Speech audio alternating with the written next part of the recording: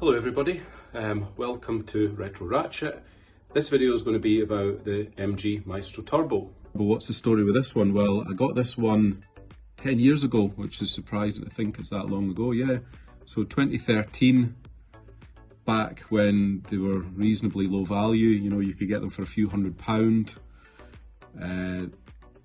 This one had had some form of restoration done before I bought it. It had been repainted, it had some welding done by somebody in the past, not too well, but it was a cheap blowover that it had. The paint's really thin. I decided I wanted to kind of get it into show condition, so I started stripping it down, thinking it would just be a 2-minute job. But then when we dug into the sills, there'd been various plates and various things bodged. There was glass fibre filler and all sorts, as you generally do find with these. So it ended up I built a rotisserie and stripped it right down to a bare shell, and then I ended up moving house in between, having a child, and then the project really just got shelved. I had various other projects along the way. Well, yeah, probably about 20 other projects actually, but they were just very small ones that needed little bits of engine work or a little bit of welding here and there. So yeah, the Maestro just kind of got wrapped up, left and forgotten about, which is a bit of a shame. So I eventually got started back on it maybe about 2 years ago, finished all the welding off, delayed a bit with the engine, and again more projects came in. The Rover came in, which took up quite a lot of time in welding. So yeah, like I said, it's going in for respray in a few weeks, so picking up quite late with this project in terms of content. You know, all the hard work's done. The engine work's done, the suspension's done, the steering. We've still got interior to finish off, and then obviously trim and things to put back on the outside and actually get it running. I haven't run it yet. The petrol tank needs a repair on it. Another couple of little fiddly little jobs, but nothing major. So we need to get it started. We need to obviously get it away, get it painted. They get reassembled after painting. I'm actually doing something slightly controversial with the paint. I'm going to change the colour of it, but it's going to be an original MG Maestro Turbo colour. So they came in 4 options. There was red, there was white, there was black, and there was British Racing Green, which is what this one is.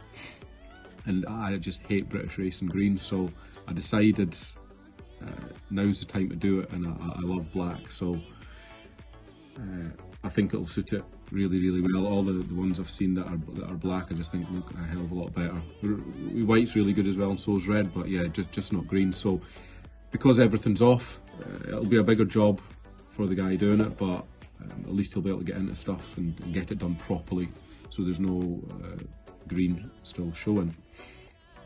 So yeah, I think I'll do another video on the welding, what I've done, maybe a video on the engine work or suspension work. We'll see what people are actually interested in seeing, and I will try and get some footage when it's in the body shop getting painted. It's going to be a few weeks anyway while it's getting done. So I'll do a little bit of a walk around just now, show you what I can. The lighting is not very good in here, but hopefully you'll enjoy it. If you've got one of these, or maybe you're starting a restoration, some motivation to get going and get it finished, which is actually what I need, some motivation to finish it.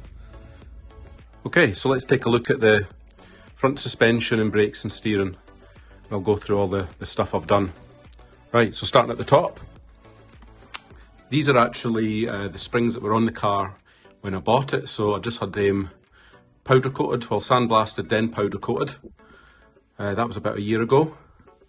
The struts, they were just new old stock items I found on eBay. There's also another few components in there that I've replaced as I went along. There's a rubber bellow and there's a rubber bump stop at the top there. The rubber spring pads that locate the spring, they're replaced as well. The approach I took with this is I've tried to replace all the nuts and bolts and washers as I've went along. You know, within reason, there's a couple being reused, but the majority are new. We've also got new top mounts in there as well. Right, so onto the brakes. The brakes were quite simple. That was original calipers I had refurbished by a company called Big Red. They've done a pretty good job. They offer different colours, or they offer that finish that you see on that one. So I think that suits them a lot better. It's a more standard look. The discs and the pads, they're brand new as well, as are the brake hoses. You'll see in there the brake lines. Again, I made all of those brake lines by hand, front to back, everywhere. They've all been replaced. And all I've done to try and give them that factory look was I painted them. That's actually a hammerite colour, so it's nothing special, but it matches pretty well. In terms of drive shafts, it's the original drive shafts that are in there in CV joints. Stripped them down on the bench best I could, cleaned all the old grease out, and replaced the boots, the inner and outer joint boots.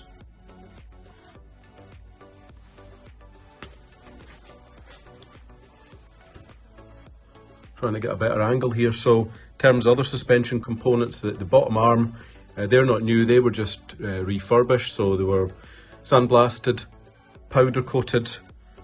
You'll see we've got a new bottom ball joint on there. And what I've done is I've used the Power Flex bushes at the front where I can, so you see them at the rear there where the arm mounts, and on the anti-roll bar itself. Same with the anti-roll bar, that was just blasted and powder coated. The front mount there for the drop link for the anti-roll bar, that's actually not been replaced. They were in pretty good condition, but they're really hard to find now. Steering, so I had the steering rack refurbished. I sent that away. So they replaced the seals in it, they pressure tested it, they painted it, and all I've done is I've just replaced the track rod ends with new items. Front wheel bearings, they've also been replaced as well. So I mean, I think that's mostly everything down there has been replaced or refurbished. And I think it looks pretty good. Right, onto the rear end. I'll try and find some pictures of the drum rebuild. So they were literally just, everything was stripped down, the back plates, everything off of them, blasted, painted, and then new shoes fitted with new fitting kit. There's also new master cylinders in there, and new brake pipes that I've made up. New handbrake cables, and similar to the front, these were shock absorbers I found, new old stock ones. Springs, these were the original ones, I just had them sandblasted and powder coated. And again, all the different bits of fitting kit that you get, the bump stops, the bellows, the top mounts, they're all replaced along with the nuts and bolts. In terms of the rear arm, you can see there they've got some Power Flex bushes on them now, just to stiffen that up a little bit. And the arm itself, that was actually blasted and powder coated, so it's a decent finish that's on that. Okay, moving on to the engine bay. Well, to be fair, I'll probably have to check my notes to remember everything that I've done to the engine and gearbox, but we'll have a go. So it's the original engine that was in the car, obviously 2 litre turbo, 8 valve. Now, when we stripped this, what we found is there was a lot of wear between the rings and the ring lands, so that was up and down movement. The engine shop that was doing it felt that the pistons would need to be replaced, so that was kind of a tricky ask in itself. But after persevering through owners clubs, I managed to find a set of oversized new old stock pistons and rings, so I was super lucky to actually locate those. So what we've done is we had the block rebored to suit the new pistons. They reassembled that into the block for me, with the cylinder head refurbed as well and tested, valves all lapped in onto the gearbox, so I had the gearbox rebuilt, had that done professionally. When they stripped it down, they found most of the bearings were scored or worn in there, so that was quite a substantial job in there for that. I'll see if I can find the receipt and I'll put a picture of that up. Clutch. So I replaced the clutch. That was just with a standard item. The flywheel was in decent condition, so yeah, it was just a standard 3-piece clutch kit that went in there. And then the other things I've just been, I guess, slowly reassembling. Carburetor, I rebuilt myself. It ran pretty well before it went off the road, so it was just because the carb had sat for so long, I thought I would just do another rebuild on it. And other things I've just been getting powder coated as I've been reassembling. Power steering pump, that's original, I've not done anything with that, as is the alternator. The alternator I'll probably change. It did work, but I thought, let's just get it reassembled, it's not a big job to change it. Obvious things I changed, cam belt, the power steering belt and the fan belt down there, they're all replaced. The rubber hoses, these are all the original ones that are still on and still going strong at the moment.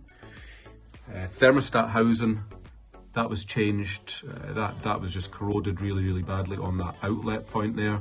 So managed to get a brand new one of those, replaced that along with the thermostat. Done a basic service on it, plugs, distributor cap, rotor arm, HT leads, that kind of thing. Before the engine went in, I spent quite a bit of time on the pipe work at the back of the engine. So that's the brake pipes there, you can maybe just about make out, if I get some light there, yeah.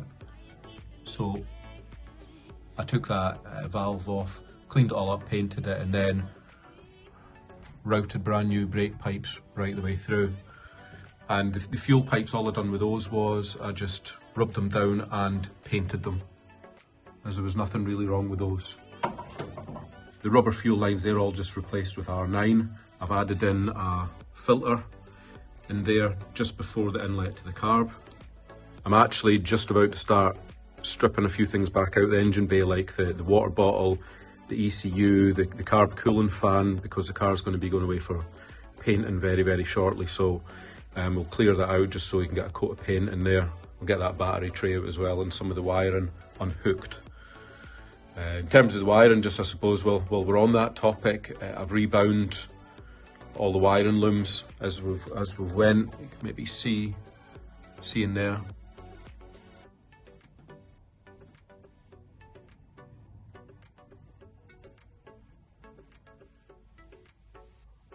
So we'll get them clipped back into place after it's been painted. So the next point, it wouldn't be an MG without I've had copious amounts of welding like all my other cars. So what I'll do is I'll do a bit of a walk around now. Obviously all the welding's been completed. It was completed some time ago actually, and I've just been on with other projects and I've been picking away with the mechanical parts of this, but I'll walk around and I'll show as many pieces as I can. I can always supplement as well with pictures, or I could possibly do a second video showing all of the repairs. I think that might be a better idea. It seems to have worked out with the Rover video pretty well. Okay, so I think the very first panel I actually done in this car, which was about 5 years ago, was just in there under that hinge. It completely rotted out just in the corner there, and that I think was the first place that water was actually coming in and rotting the floor. So we'll get some pictures of that one up. What you'll notice there is the blue scuttle panel. So there was a hell of a lot of work done around the window.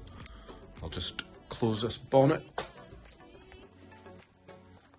Right, that's a wee bit better, I can see now. So yeah, I got a used scuttle panel, it was in pretty good condition. Drilled out the spot welds on the original and fitted that. So that looks pretty decent, that one. So on this A-pillar, I had a wee bit welding there just on that seam, so I cut out, there was rot underneath that, repaired that, welded in a new bit. Along the top of the window, you won't be able to make it out, to be fair.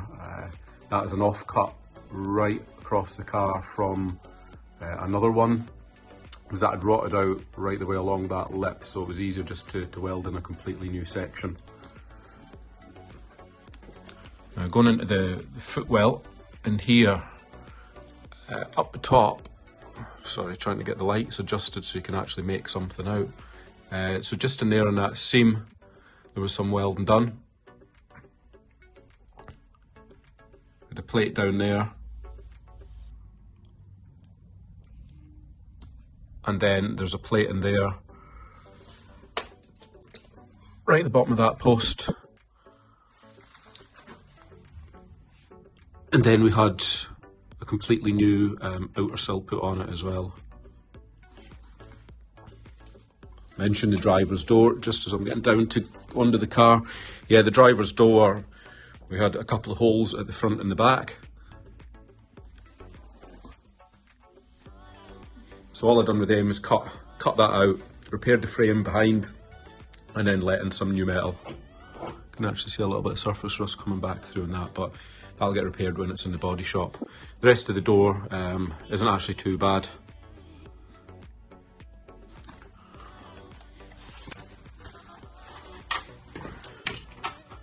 Right, onto the underneath.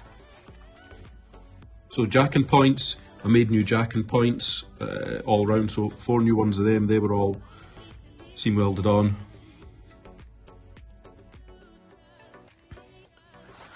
This was repaired. I cut it around about there, remade that. In fact, it's probably easier to try and find something that wasn't repaired, which I don't think is anything. But I'll cover it all in detail in another video, but as you can see, it's pretty decent.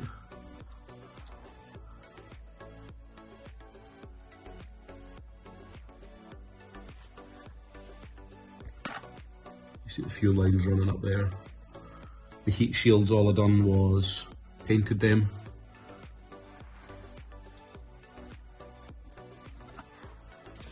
Trying to get a better view from the back of the car.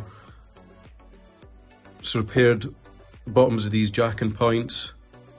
In that area there where the fuel tank mounts on. That was all cut out and another plate put in. I didn't go out my way to hide the welds too much, to be fair.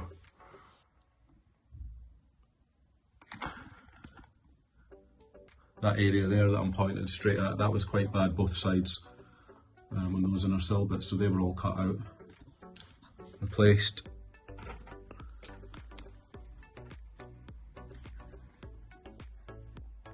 Really difficult to try and get decent lighting in here.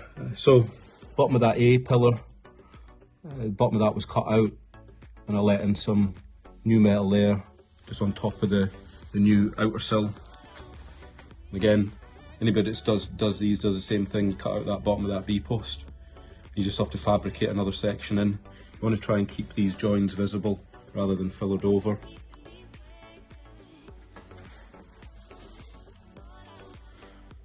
So onto the interior. 82,000 on the clock. I'd actually forgotten that this appears to be a MG Maestro seat, so that's a bit embarrassing. So I need to get that one changed. Dashboard isn't too bad. Do have a crack there, and it is bulging a little bit there, which isn't great. Headlining, I actually done all that just before the car went off the road, but that was 5 years ago, but it's actually pretty good. Back door, that wasn't too bad actually, so I never done any repairs on that.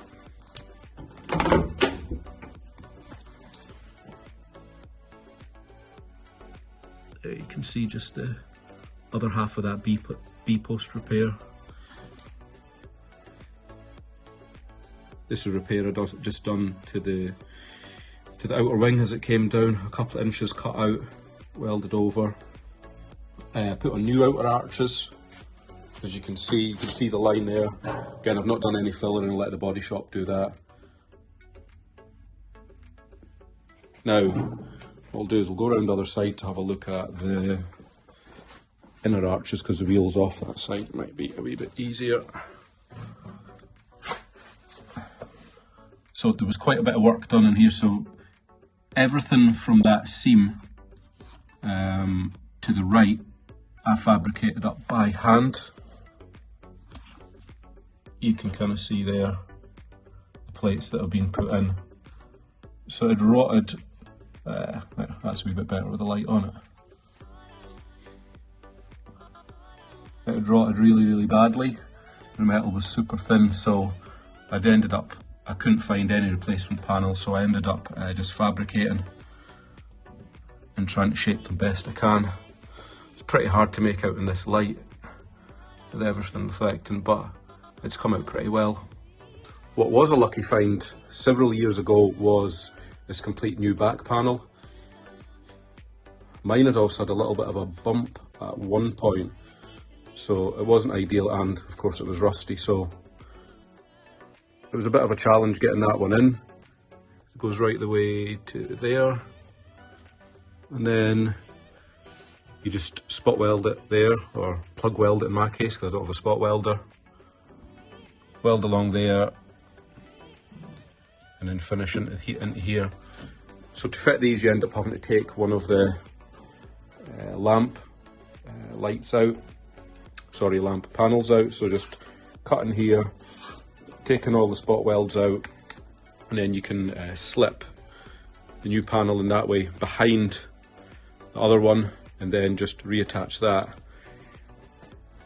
So this bit, when this goes into the bodywork, is going to get a bit more attention.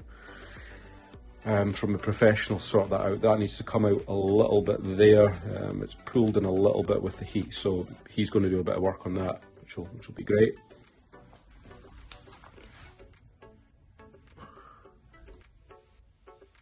You can see underneath that's just a panel in there. And in here there's various little repairs just in the corners. Spare wheel well, there was little bits of welding in there as well. In fact, there was little bits of welding everywhere. Everywhere you can imagine there was welding. It'll make much more sense when I do another video and I can actually go through a step by step, but this is just a little bit of a walk around, I think, while the car's still here. Tailgate I've done absolutely nothing with, so hopefully that just needs the spoilers removing and rubbing down and painting. Hopefully there's no holes there. I don't think there is. The bumpers, yeah, we seem to have a bit of bubbling going on here with these.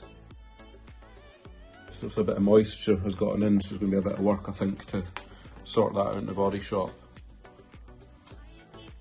Well, it's not ideal, but yeah, not the end of the world. Passenger side is very much the same as the driver's side. New arch in there, just up to that point. The rear door was pretty good condition, as you can see, as is the front. We've got a couple of dents in the front, but corrosion wise it's really, really good for one of these. Inside, same, outer sill, cut out the B post at the bottom.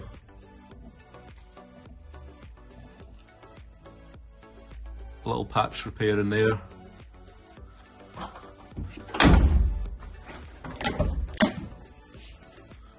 The other side of that repair.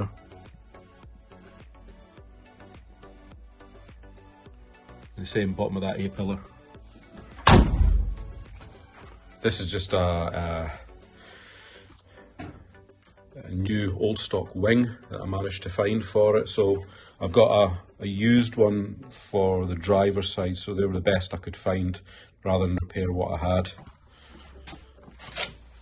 And underneath here you can maybe just make out the bottom of that A-pillar repair. Again, a couple little bits at the front which you definitely can't make out on that, but the rest of that arch was actually pretty sound. Done a repair in there, and that side wasn't too bad. The bonnet's not too bad. There's a tiny little bit of a bellow on it in the middle you can maybe make out.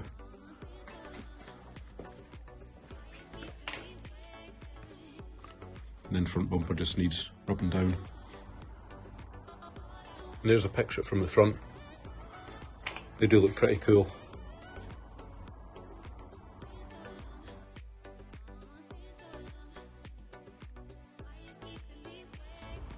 If you like, please subscribe.